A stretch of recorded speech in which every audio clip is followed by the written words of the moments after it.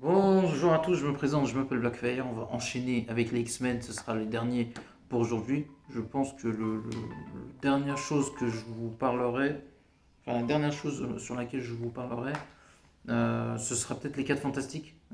Éventuellement, euh, Avengers, je ne sais pas si je connais autant d'histoires pour en faire 2 par mois, on va voir, parce qu'il y a 12 mois dans l'année, donc tu fais le calcul, ça ferait 24. Ouais, ça me paraît un peu beaucoup quand même. Euh, on verra peut-être vers la fin, je pourrais accélérer. Pour l'instant, on va commencer les 6 premiers mois avec une histoire des Avengers. Spider-Man, je peux enchaîner deux trois histoires par mois. Et puis X-Men, pareil, j'en connais pas autant.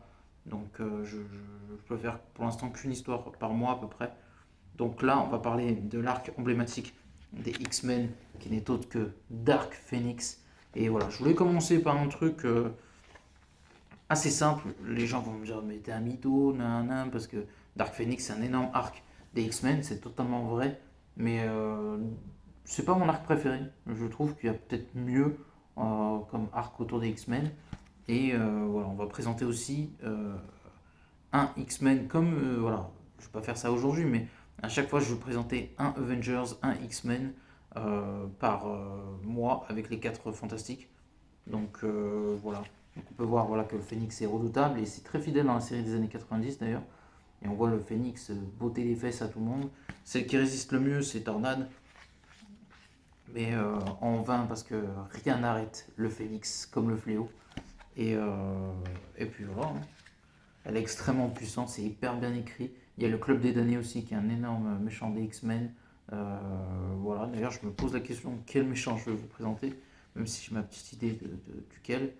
Euh, voilà pour l'arc du Phoenix pour les X-Men. Vraiment, je vous le recommande, il est juste incroyable.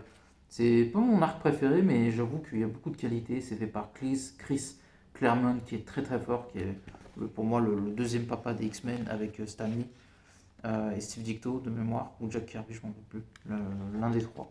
Enfin, Stan Lee, c'est sûr. Steve Ditko, j'ai peut-être, c'est pas impossible non plus. Donc voilà. Et, il y a Lilandra, voilà, on voit le phénix qui détruit une galaxie et qui est voilà, estimé pour beaucoup de gens une menace. Et voilà, je sais pas si je veux voir si j'ai tout l'arc. J'ai un doute. Et je n'ai pas tout l'arc du phénix. Bon, voilà, je vous ai fait une énorme présentation du phénix. Et comme vous pouvez l'imaginer, comme vous avez pu voir dans les films, vous avez une petite idée de quoi qu'il arrive, le phénix meurt, mais comme vous le savez, le phénix aussi renaît de ses cendres. Donc n'oubliez pas de commenter, liker la vidéo et à la prochaine. Ciao.